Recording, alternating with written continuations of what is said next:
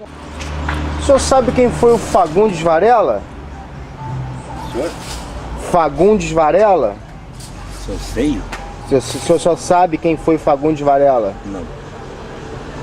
A senhora sabe quem foi Fagundes Varela? Você sabe quem foi o Fagundes Varela? Não sei não. Daqui a pouco eu faço, quando eu chegar a fazer. Só uma pergunta pra vocês. Vocês sabem quem foi Fagundes Varela? Poeta da cidade. Vocês sabem quem foi Fagundes Varela? Não. Você sabe quem foi Fagundes Varela? Não. A senhora sabe quem foi o Fagundes Varela? O poeta. Sabe mais alguma coisa sobre ele? Ai, assisti. Ai, eu não lembro muito bem, não. Eu sei que ele foi poeta. Acho que, se eu não me engano, ele nasceu, não sei se foi em Niterói. Ai, eu não vou saber muita coisa, não. A senhora sabe quem foi Fagundes Varela? Não sei dizer não, filho. A senhora sabe quem foi Fagundes Varela? Não sei não.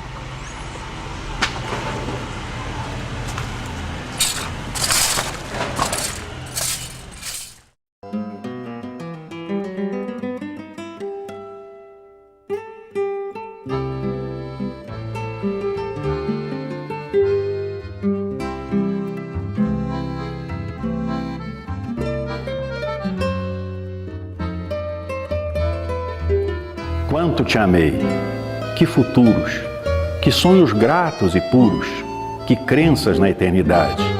Quanto a furto me falavas e meu ser embriagavas na febre da mocidade. Como nas noites de estio, ao sopro do vento brando, rolo selvagem cantando na correnteza do rio. Assim passava eu no mundo, nesse mundo descuidado.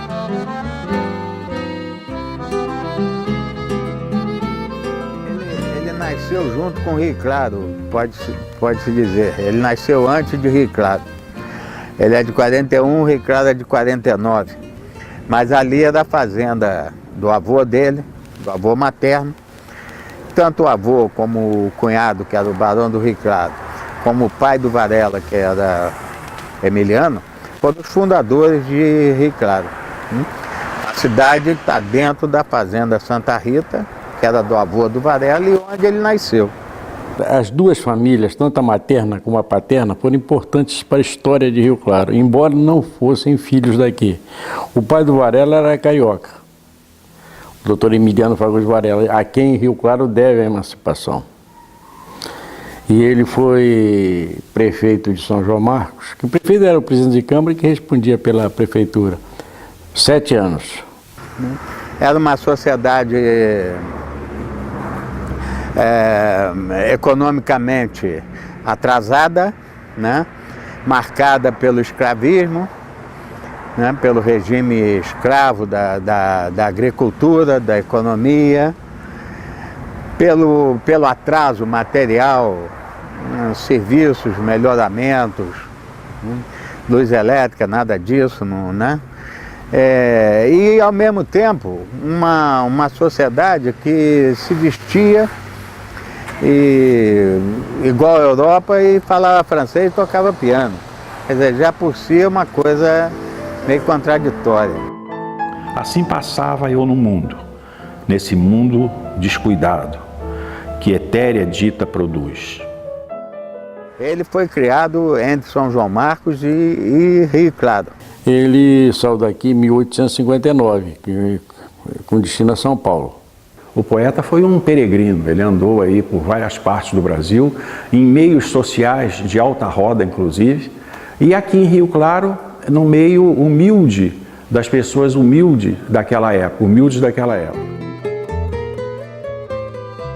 Porque vergas-me a fronte sobre a terra, diz a flor da colina ao manso vento, se apenas às manhãs o doce orvalho hei gozado um momento.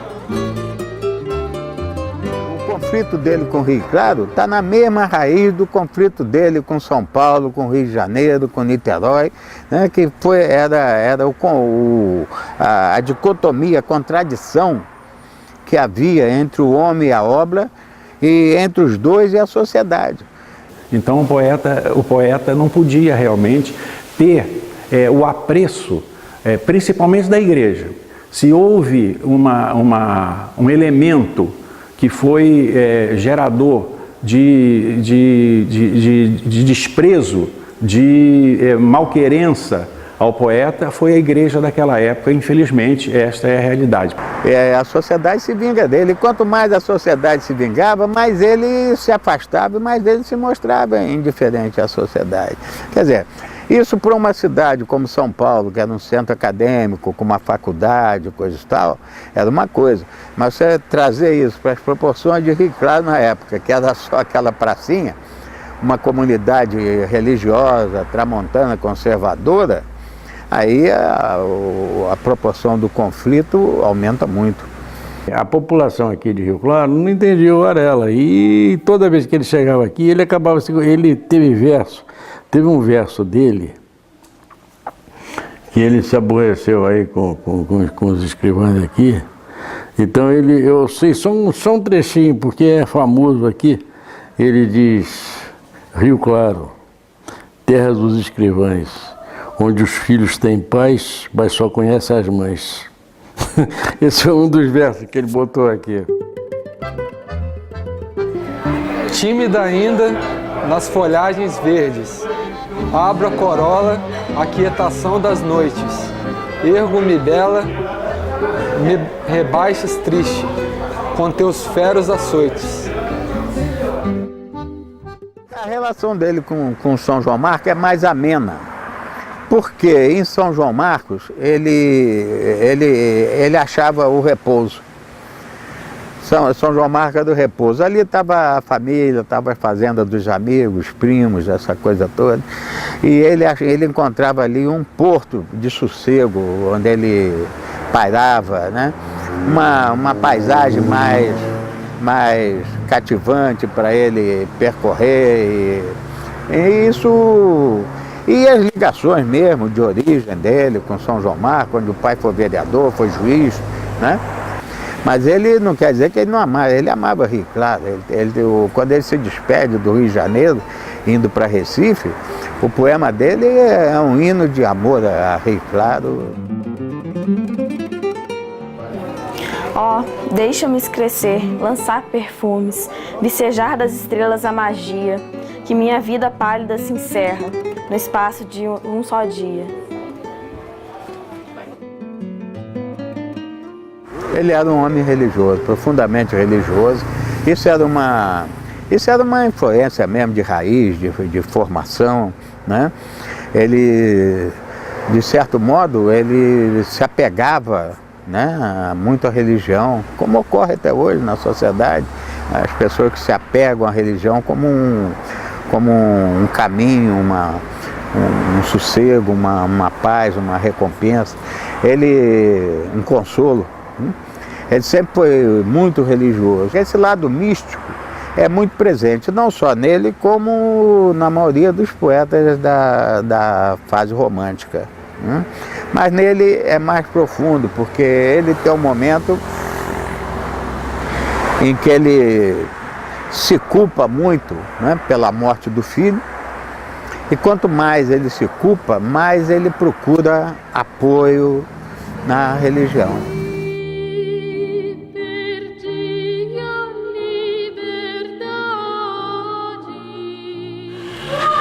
Mas o vento agitava sem piedade a fronte virgem da cheirosa flor, que pouco a pouco se tingia triste de mórbido pavor. Não vês, ó brisa, lacerada, murcha, tão cedo ainda vou pendendo ao chão, em breve tempo esfolharei já morta, sem chegar ao verão?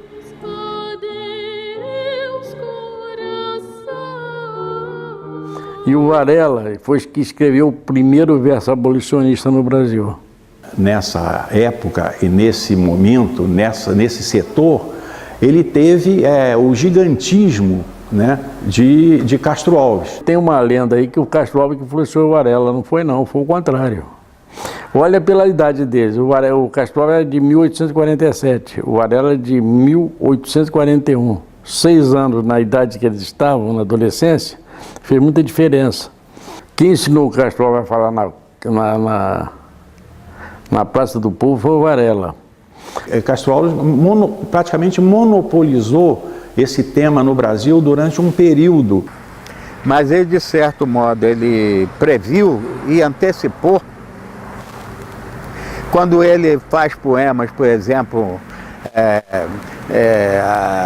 defendendo a abolição, quando ele faz poemas exaltando a Revolução de Juárez no México, quando ele faz poemas exaltando a figura de Napoleão, né, ele estava caminhando para uma tendência absolutamente socialista, influência do médico italiano Dr. Bartholdi, com quem ele conviveu em São Paulo e a quem ele consulta várias vezes sobre as doenças cardíacas dele.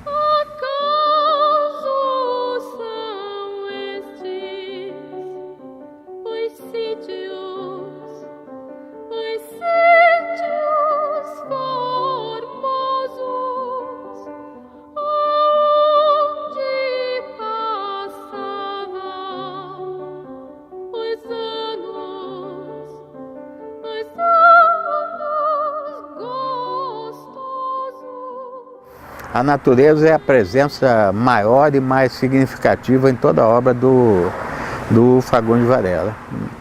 Onde o nosso poeta se sobrepõe é na natureza, gente, na admiração da natureza, no amor à natureza, na descrição da natureza, na introdução, no aproveitamento da natureza numa obra poética monumental, maravilhosa, que é a obra de Fagundes Varela. Por isso que a obra dele tem muito hoje é muito explorada pelo lado da ecologia, né? Porque ele fez na poesia o que o Antônio Parreiras fez na pintura. Ele trouxe a natureza para dentro dessa poesia dele.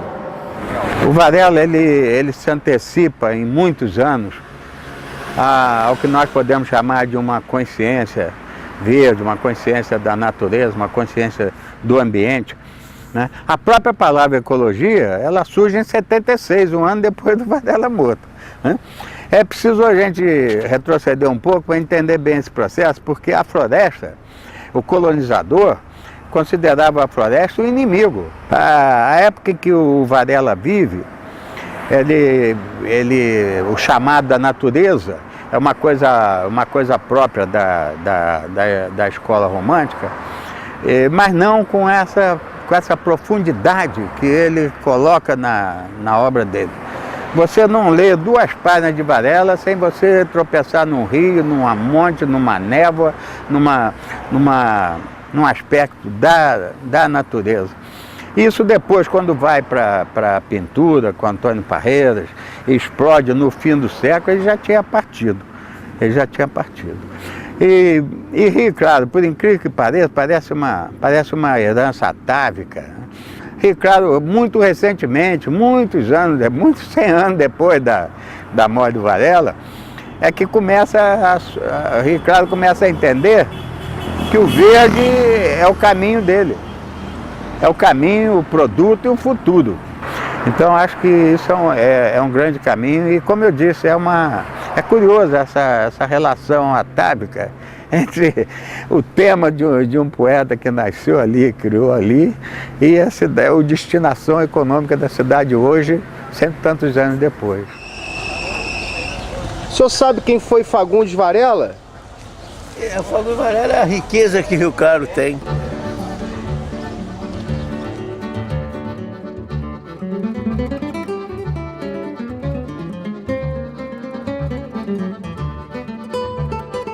Mimosa estava em pé sob a soleira da exígua entrada da mesquinha venda, saudosa como a sombra do passado, um tipo de balada ou de legenda. Saudosa sim, cercada do prestígio dessa beleza vaga, indefinível, cuja expressão completa em vão procura o pobre pensador sobre o visível, que faz lembrar o que existiu, é certo, porém, onde e quando? Que tortura a memória impotente e, em vez de um fato, mostra ao poeta o abismo da loucura.